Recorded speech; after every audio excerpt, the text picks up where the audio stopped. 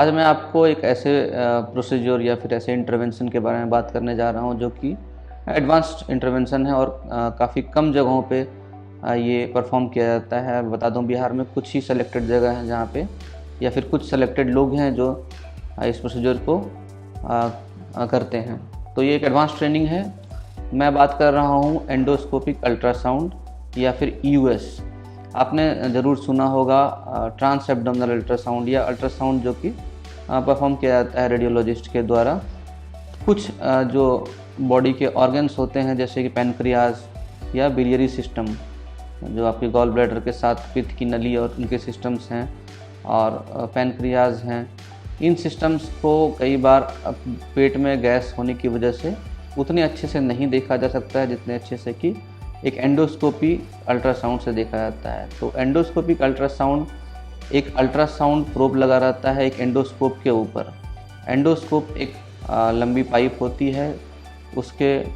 ऊपर एक ultrasound probe लगा रहता है जिसको हम मुख के द्वारा अंडर सीडेशन बेहोश करके और इसमें जांच करते हैं मुख के द्वारा अंदर डाल के। जो बॉडी के एब्डोमिनल ऑर्गन्स हैं मेनली उनको, और मेनली हम जो गैस्ट्रोएंटेरोलॉजिस्ट को परफॉर्म करते हैं ये पैनक्रियाटोबिलियरी यानी कि पैनक्रियाज या गॉल ब्लैडर या बाइल डक्ट्स, इनमें जो कुछ पैथोलॉजी हैं, कुछ कारण रोग हैं, उनको जानने के लिए या फिर इंटरवेंशन करने के लिए उससे रिलेटेड जो इंटरवेंशंस होते हैं। तो ये आधे घंटे से के अराउंड इसका प्रोसीजर टाइम होता है। ये बाएं करवट में मेनली कराया जाता है और ये सिडेशन में यानी कि बेहोशी में या फिर अंडर एनेस्थीसिया, कंप्लीट एनेस्थीसिया इसको कराया जाता है। इससे पहले आपको खाली पेट रहना होता है और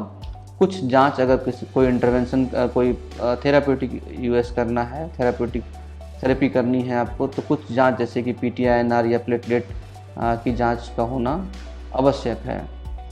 तो आपको बता दूं कि इसके जो मुख्य जो कारण हैं जिसके लिए ये एंडोस्कोपिक अल्ट्रासाउंड किया जाता है, वो कारण है कि पेट या फिर अपर कहीं पे भी पूरे जीआई सिस्टम में कोई ट्यूमर का पाया जाना, जिसे हम सब एपिथेलियल लीजन या कहते हैं, जिसमें कि एंडोस्कोपिक बायोप्सी लेना या तो खतरनाक हो सकता है या फिर उसमें रिजल्टेंट कुछ आने की संभावना कम रहती है और एक विस्तार जानकारी उस ट्यूमर को लेके आवश्यक होती है, जिसे हम सब एपिथेलियल लीजन बोलते हैं। और ये जो होता है ये कहीं से भी खाद्य नली से लेके, पेट से लेके या फिर आपके रेक्टम या पैखाने के रास्ते में भी हो सकता है। और इन जगहों से हम इन लीजन्स, जिसे सब एपिथेलियल लीजन बोलते हैं, इनसे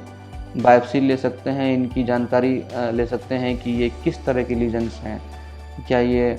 कैंसरस हैं, नॉन कैंसरस हैं, या ब्लीडिंग ट्यूमर है या कितना, और फिर इनके बारे में ये बता सकते हैं कि ये कितना फैला हुआ है, क्या ये रिसेक्टेबल है, इसकी ऑपरेशन कर सकते हैं या ऑपरेशन से पहले इसको कीमो लगेगा।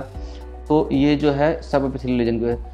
के बारे में हुआ। इसके अलावा जो अग्नाशय के जो कुछ सिस्ट मिलता है हमें, जिसे पैनक्रियाटिक सिस्टिक नियोप्लाज्म बोलते हैं, उनके लिए, उनकी जानकारी के लिए भी हम कर सकते हैं कि ये किस तरह का सिस्ट है, क्या ये कैंसरस है, नॉन कैंसरस है, क्या ये पैनक्रियाटाइटिस के बाद का हुआ सूडोसिस्ट है या फिर वॉल्ड ऑफ नेक्रोसिस है, जैसे कि हम एक सूजन की तरह पैनक्रियाटिस के बाद हो जाता है। तो उसको जानने के लिए भी हम एंडोस्कोपिक अल्ट्रासाउंड की विधि को करते हैं। या फिर अगर कोई एब्डोमिनल लिम्फ नोड्स का बड़ा हो जाना है और हम सस्पेक्ट कर रहे हैं किसी को, पेशेंट्स को, अगर ट्यूबरकुलोसिस है, तो हम उस लिम्फ नोड से एंडोस्कोपिक अल्ट्रासाउंड द्वारा बायोप्सी करके ये जान सकते हैं कि उस पेशेंट्स को क्या टीबी है, क्या कैंसर है या कोई और बीमारी, गंभीर बीमारी है। तो ये सब मुख्य कारण है जिसे जांच के लिए है। इसके अलावा उपचार के लिए या थेराप्यूटिक के लिए, जैसे पैनक्रियाटिस के बाद जो सूजन मैंने बात किया, जिसे वॉल्ड ऑफ नेक्रोसिस या सूडोसिस्ट बोलते हैं, उसके ड्रेनेज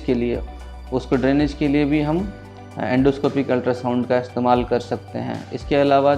न्यूरोपैथिक पेन, जैसे कि बहुत ज़्यादा कैंसर से रिलेटेड बहुत पेन हो रहा है या पैनक्रियाटिस से रिलेटेड बहुत पेन हो रहा है, तो उसमें हम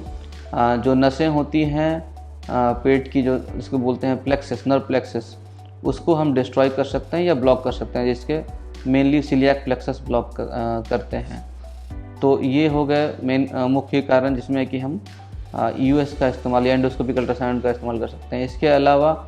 अगर किसी पेशेंट्स का ईआरसीपी किसी कारण की वजह से हम नहीं कर पाते हैं, फील्ड ईआरसीपीज है, तो उन सब केसेस का हम endoscopic ultrasound guided ERCP complete कर सकते हैं। तो ऐसे पेशेंट्स का हमने हमारे पास